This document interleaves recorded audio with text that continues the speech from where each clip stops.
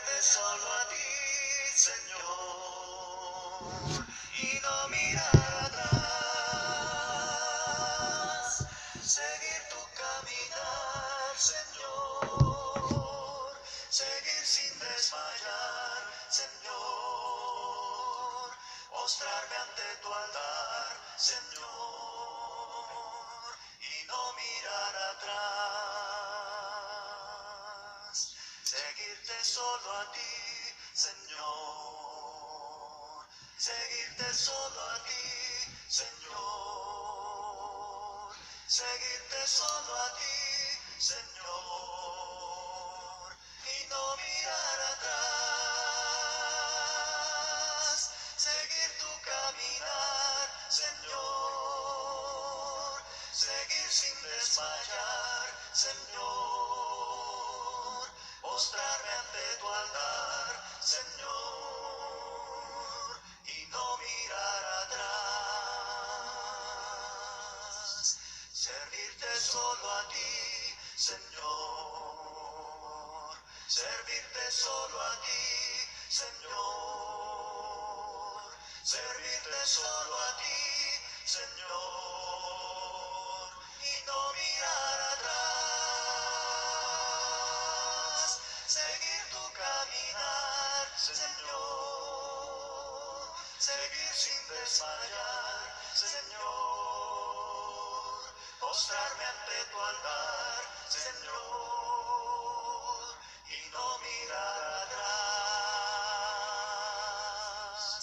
Amarte solo a ti, Señor, amarte solo a ti, Señor, amarte solo a ti, Señor, y no mirar atrás. Seguir tu caminar, Señor, seguir sin desmayar, Señor, postrarme ante tu altar, Señor, y no mirar atrás.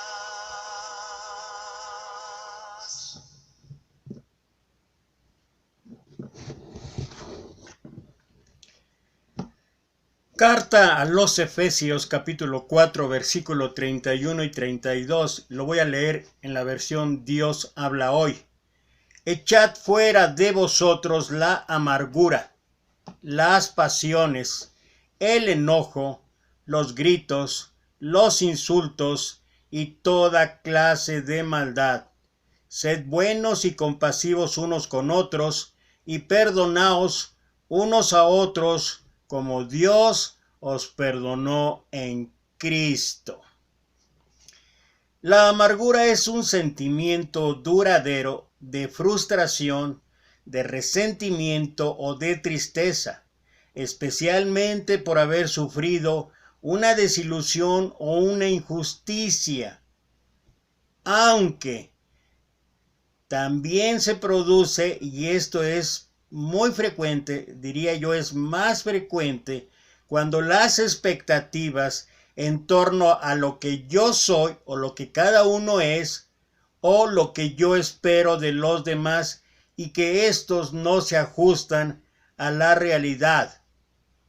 Pero no solamente eso, además la amargura viene de la mano, trae consigo la ira, el enojo, los gritos, los insultos, las descalificaciones, las contiendas, los pleitos. Y todo esto conjuntado representa un obstáculo para la armonía y la unidad que debe existir en todas las áreas de nuestra vida, sea la familia, sea la sociedad e incluso en la misma iglesia. Es por eso que aquí Pablo advierte, Pablo dice, echad fuera. En otras versiones de la escritura dice, quítense, abandonen, líbrense de la amargura y todo lo que ya mencioné antes, todo lo que le acompaña. Quiero por la gracia de Dios que me permite compartir este mensaje, quiero compartirlo en dos partes. En este primer mensaje trataré de responder lo siguiente. ¿Qué es lo que puede causar que nuestra vida se llene de amargura? Bueno, la causa más frecuente en que la amargura llega y se introduce, escucha esto, se introduce silenciosamente en nuestra vida es, o puede ser, el concepto que tengo de mí mismo y de los demás. Especialmente, y esto lo digo con todo respeto, este es un mal frecuente en aquellos que nos decimos ser cristianos o en aquellos que nos sentimos muy espirituales. Aunque quiero decir o quiero aclarar que esto es una característica común en el ser humano. Nos pasamos siempre comparando lo que yo soy o lo que yo hago con lo que son o lo que hacen los demás. Entonces, de acuerdo al criterio personal, al criterio u opinión de cada uno, establecemos parámetros erróneos y cuando la realidad golpea nuestra vida, entonces viene la desilusión, viene la frustración, viene el enojo y sin darme cuenta, consciente o inconscientemente, voluntaria o involuntariamente, empiezo a actuar amargamente. El apóstol Pablo nos muestra en dos pasajes los parámetros o los principios correctos para no caer en este engaño de autopromoción, en este engaño de calificar las cosas de acuerdo a mis propias expectativas, de acuerdo a mi propia prudencia, de acuerdo a mis propios criterios.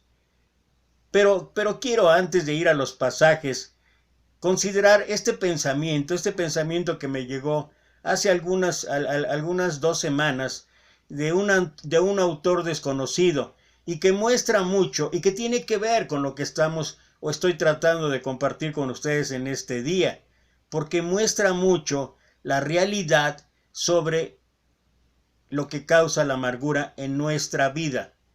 Como dije antes, esto es de un autor desconocido, así es que todos los créditos a ese autor. No es mío, no es pensamiento mío, ni es una línea mía.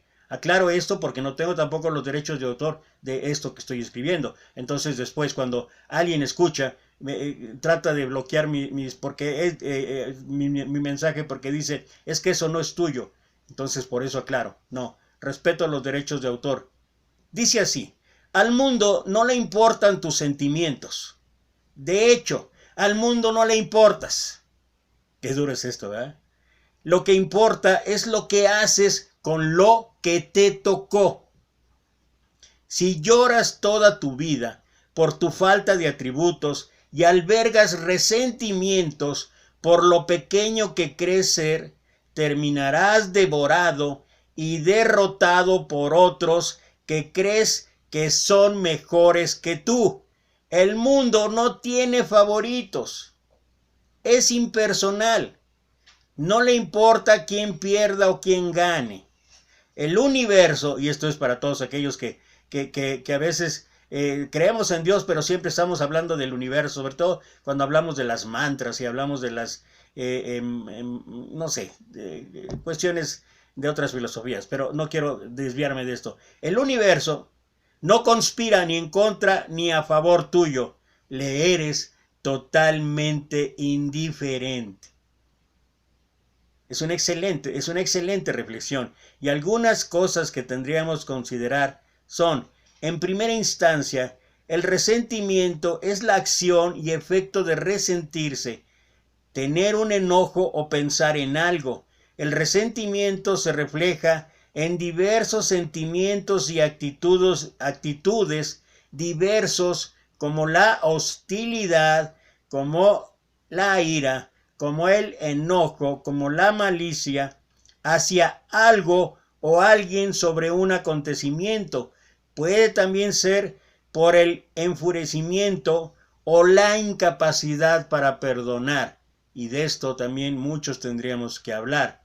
Ahora, esto es esa es la reflexión que encontré de ese pensamiento. Pero ahora, veamos qué es lo que realmente nos ocupa o qué es lo que quiero que realmente sigamos como consejo. Los principios que escribió Pablo. Primero, vamos a Gálatas, a la carta a los Gálatas, capítulo 6, versículo 3 y 4, y lo voy a leer en la Nueva Traducción Viviente. Dice así: si te crees demasiado importante para ayudar a alguien, solo te engañas a ti mismo. No eres tan importante. Presta mucha atención a tu propio trabajo, porque entonces obtendrás la satisfacción de haber hecho bien tu labor y no tendrás que compararte con nadie. Wow.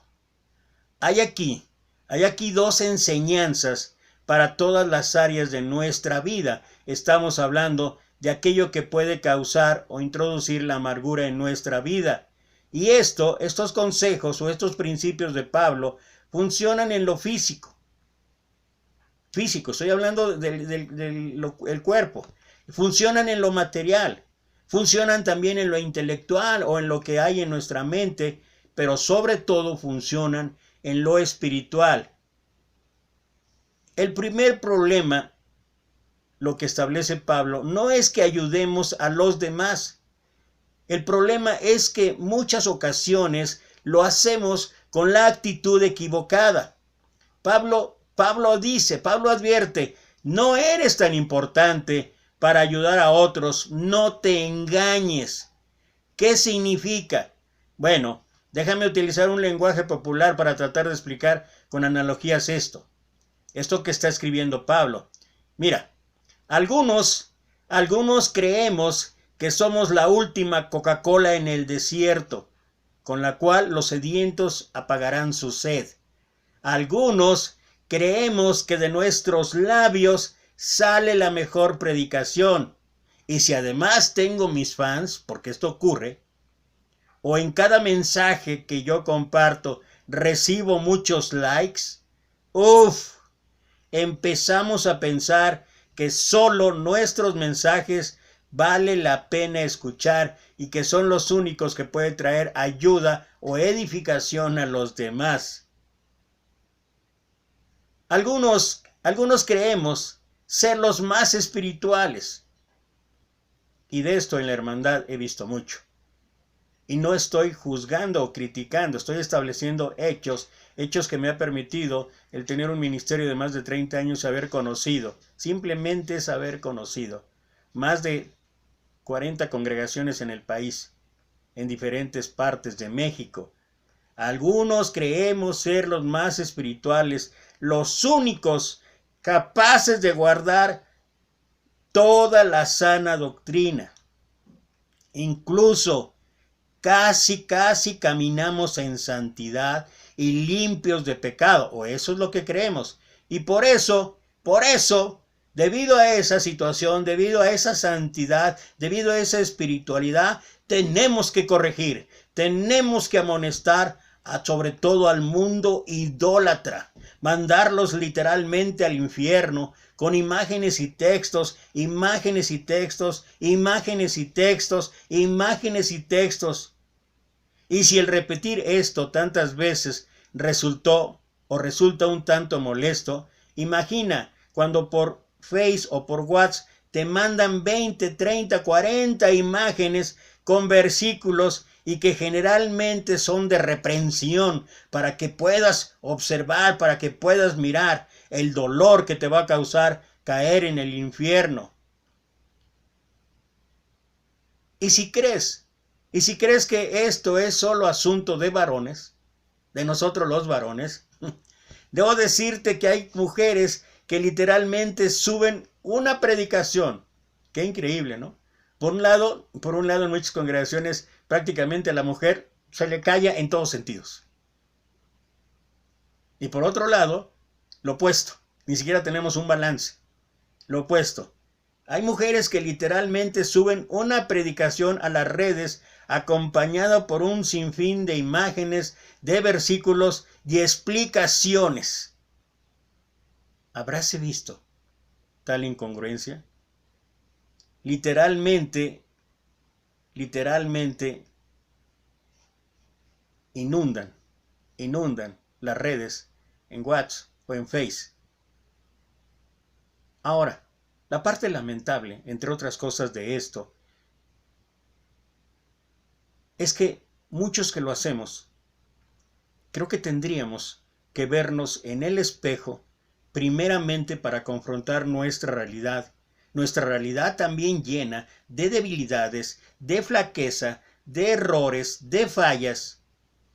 Porque cuando esto sucede, cuando algo hay que nos vuelve a la realidad, así como cuando sube un globo y alguien le pusiera un alfiler, nos vuelve a la realidad, entonces, ¿sabes qué causa? Viene el resentimiento, viene la ira, viene el enojo y en consecuencia empezamos a llenarnos de amargura. Estoy hablando de todo lo que puede causar amargura en nuestra vida. Y aquí mismo en este pasaje Pablo dice en segunda instancia que veamos primero lo que nosotros hacemos. Es la recomendación de Pablo. Antes de ver a los demás, nuestro Señor ya lo había dicho. No mires la paja en el ojo ajeno, primero ve la viga que traes en el ojo. Pero Pablo aquí dice que veamos primero lo que nosotros hacemos antes de ver lo que hacen los demás. No tiene nada que ver con amonestación cuando se requiere, no tiene nada que ver con corrección cuando se requiera, no tiene nada que ver con disciplina cuando se tenga que llevar a cabo. Lo que tiene que ver es que a veces, continuamente en nuestra vida, estamos enfocándonos más en lo que hacen los demás, en lo que llevan a cabo los demás, que en lo que hacemos nosotros. Y me encanta esa historia de aquella mujer que frecuentemente se quejaba con su esposo. Él le decía, ¿te has dado cuenta? ¿Te has dado cuenta la vecina? Mira a través de la ventana. La vecina lava su ropa todos los días. ¿Pero qué crees? Todos los días la tiende sucia. Mira cómo se ve. Toda sucia, toda gris, casi negra. Caray, ¿no habrá alguien que le pueda decir que lave bien la ropa? El marido solo le escuchaba y no decía nada. Un día por la mañana el marido se levantó antes que la mujer. Realizó alguna actividad y finalmente cuando la mujer se levantó y llegó con él, volteó hacia la vecina y lo que vio a través de la ventana le sorprendió y de inmediato le comentó al esposo, vaya, hasta parece que ahora sí alguien le dijo a esta mujer cómo lavar la ropa. Mira, la ha tendido perfectamente limpia. Se nota blanca, está blanquísima por fin, o cambió de detergente, o cambió de jabón, o hizo otra cosa, pero qué bueno que por fin ya empezó a hacer las cosas de manera correcta. ¿No es así? Y el marido le contestó, esta mañana me levanté antes que tú, y entonces vine, y con jabón y agua lavé perfectamente la ventana, porque estaba totalmente sucia, y distorsionaba totalmente la visión que tenemos hacia el exterior. Y creo que muchas veces así sucede en nuestra vida. En lugar de enfocarnos en los demás, obtengamos satisfacción por lo que nosotros hacemos. ¿Por qué ver a los demás? ¿Por qué tomar la medida de los demás? ¿Recuerdas ahí en la segunda carta de los Corintios, capítulo 8, versículo 1 en adelante, cuando Pablo está recogiendo las ofrendas para Jerusalén? El ejemplo de la iglesia en Macedonia. La iglesia en Macedonia era una iglesia que estaba pasando también en ese momento tribulación. Dice ahí que estaban en profunda pobreza y dentro de esa situación, dentro de esa profunda pobreza, dice, incluso nos rogaron que les concediésemos el privilegio de ofrendar. ¿Cómo? ¿Cómo podían hacerlo en esas circunstancias? El versículo 5 es un versículo clave. Dice, porque ellos primeramente se ofrecieron al Señor. Y creo que a veces, para medirnos o medir a los demás, que no deberíamos hacerlo, primero deberíamos darnos cuenta que todo lo que hacemos, que todo lo que llevamos a cabo, en realidad es por la gracia de Dios. Es porque Dios lo permite. Y si hacemos primero las cosas para el Señor, en lugar de estar pensando en impactar, en presumir a los demás, o presumirnos incluso a nosotros mismos, autopromocionarnos a nosotros mismos, ¿sabes qué? Sería la mejor herramienta para evitar que un día llegue la frustración, llegue el enojo y llene la amargura. Esa es una de las maneras que podemos evitar esto. El siguiente consejo para evitar que la amargura invada nuestra vida está en la carta de Pablo a los Romanos, en el capítulo 12, versículo 3 al 5, y lo voy a leer en la Nueva Traducción Viviente, donde dice: basado en el privilegio y la autoridad que Dios me ha dado, le advierto a cada uno de ustedes lo siguiente. Mira, muy parecido, muy similar, aunque con otro enfoque, otra perspectiva. Dice Pablo: ninguno se crea mejor de lo que realmente es. Sean realistas al evaluarse a ustedes mismos. Háganlo según la medida de fe que Dios les haya dado. Así como nuestro cuerpo tiene muchas partes y cada parte tiene una función específica, el cuerpo de Cristo también. Nosotros somos las diversas partes de un solo cuerpo y nos pertenecemos unos a otros. Dios en su gracia nos ha dado capacidades diferentes para hacer bien determinadas cosas. O sea, no todo. Algunos pueden tener 2, 3, 4, 5 cosas que hagan muy bien. Otros solamente sabemos hacer una. Por eso es esa burla que se hacen entre mujeres y hombres, ¿no? De que la mujer es capaz de estar haciendo 3, 4, 5, 6 actividades al mismo tiempo, o estar atendiendo 6 cosas al mismo tiempo, y los hombres dicen que nada más una. Bueno, eso es un pensamiento y nada más. Lo que significa realmente es que, o lo que quiero hablar, es lo que Pablo dice aquí. Dice, nos ha dado capacidades diferentes para hacer bien determinadas cosas. Y luego va a seguir ahí hablando qué son esas determinadas cosas que cada uno puede llevar a cabo y que deberíamos de concentrarnos en ella. Ahora, ¿qué puede significar esto para nosotros? En lo que estamos hablando de cómo evitar que la amargura invada nuestra vida. Evaluarnos a nosotros mismos de la manera correcta nos ayuda a entender primero que nadie es mejor que otro. Esto aunque nos duela a muchos predicadores. Nadie es mejor que otro. ¿Sabes teología? ¿Sabes hermenéutica? ¿Conoces las raíces griegas? ¿Conoces las raíces hebreas? Eres un experto en exegesis, eres un experto en homilética, hermenéutica y dialéctica y 1000 cosas más. Gloria a Dios. Pero eso no te hace mejor que los demás. ¿Por qué? Porque Dios nos ha dado diferentes capacidades.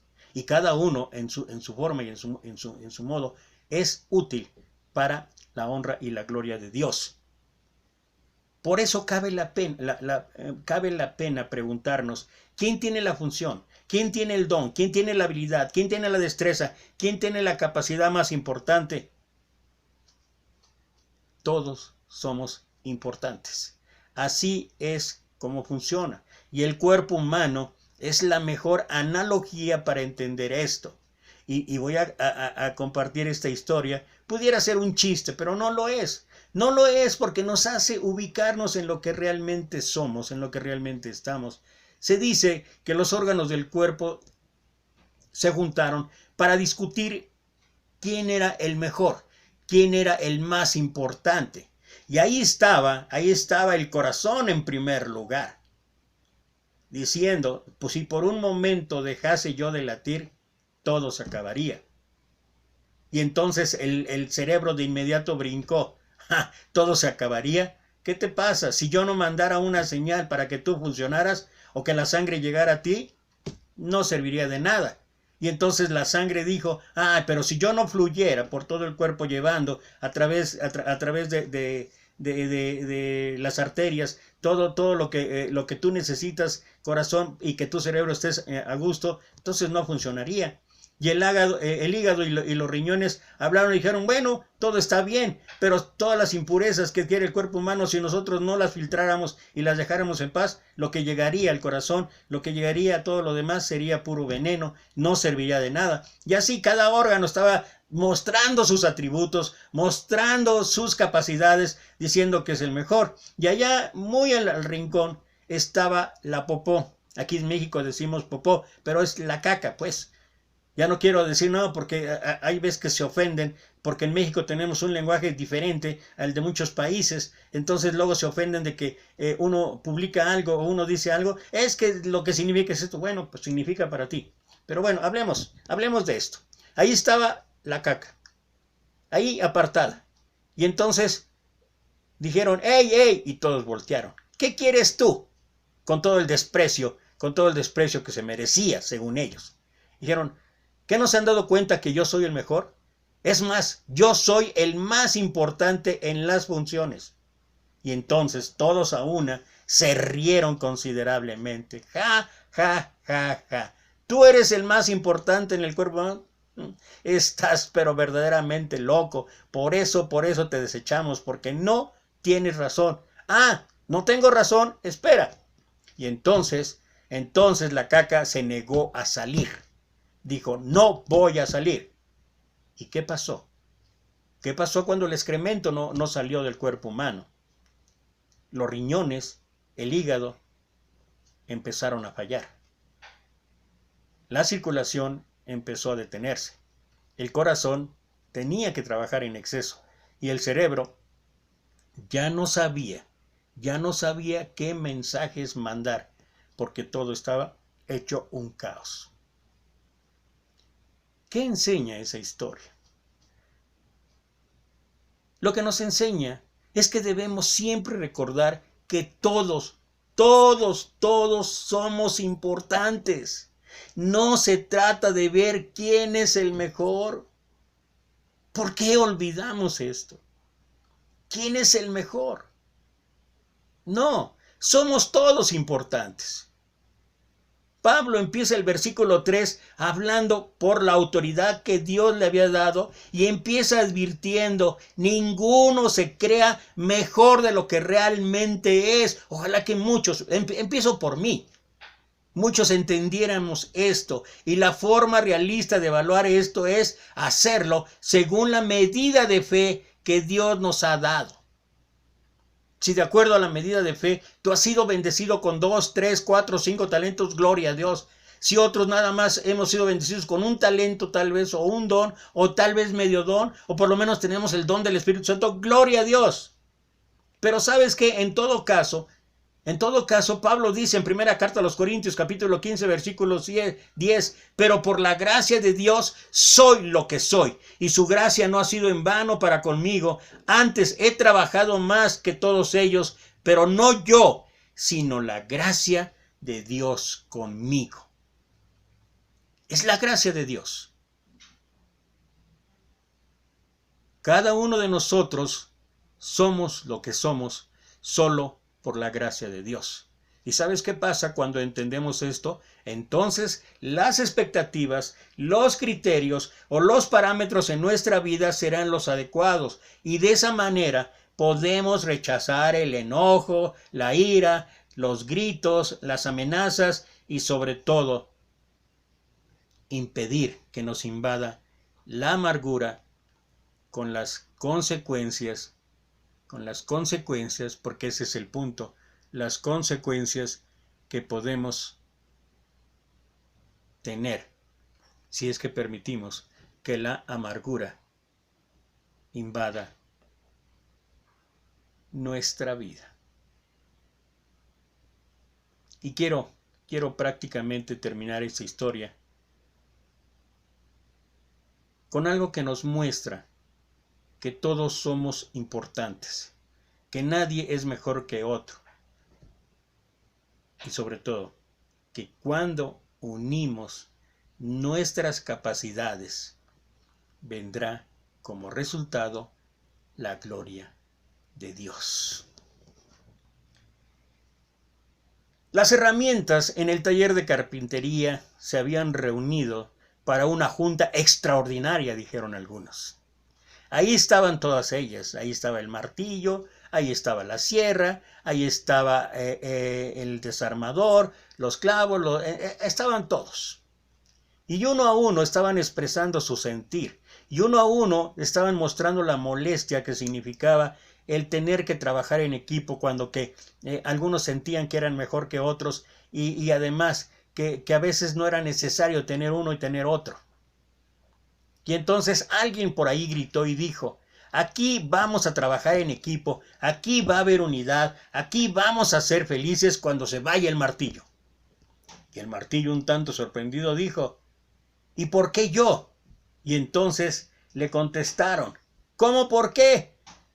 ¿Qué es lo único que haces? ¿Qué es para lo único que sirves? Tú nada más golpeas, golpeas y golpeas, y particularmente a los clavos.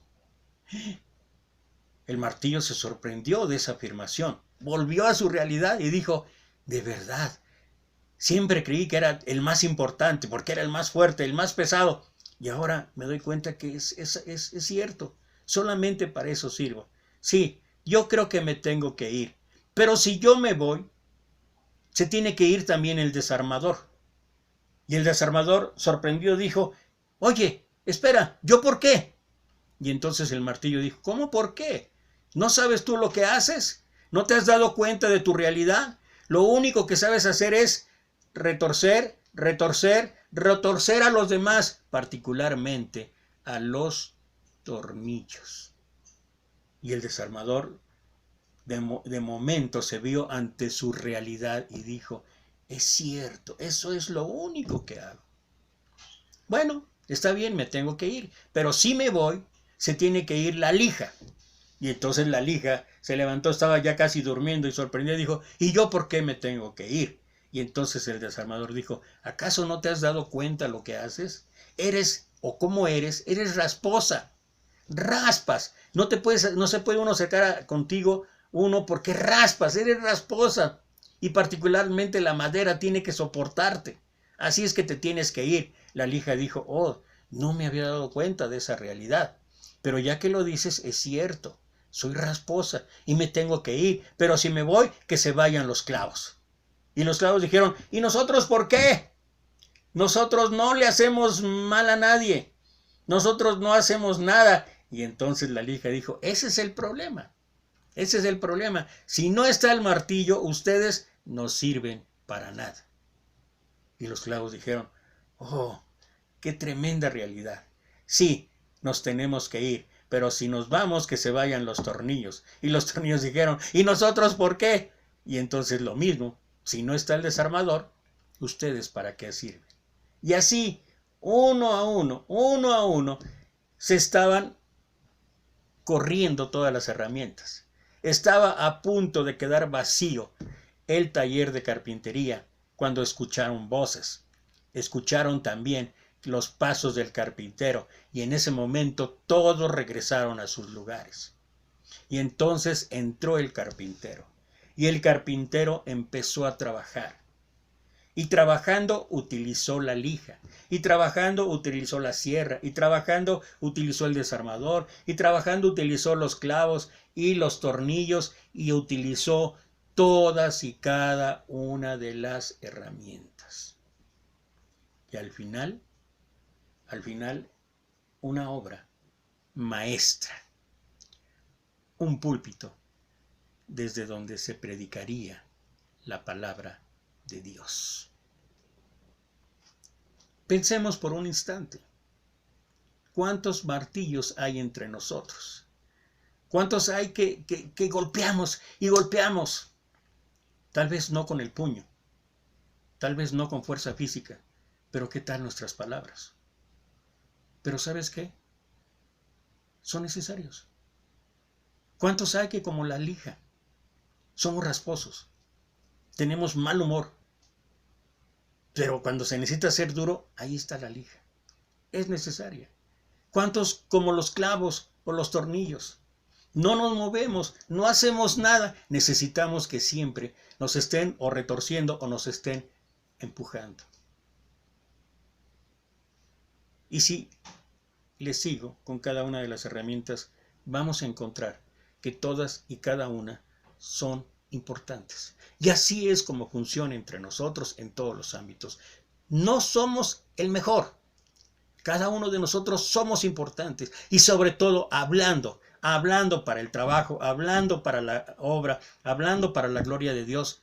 Todos somos importantes. Y Dios nos ha dado por eso diferentes capacidades. Porque es en la diversidad donde se encuentra la unidad. Y entonces no habrá motivo de queja. Entonces no habrá motivo de resentimiento. Y entonces no habrá motivo de enojo. Entonces no habrá motivo de ira. Porque todo lo estamos haciendo para la honra y la gloria de Dios. Y de esa forma, de esa manera, ¿sabes qué? Evitaremos que la amargura llegue a nuestra vida.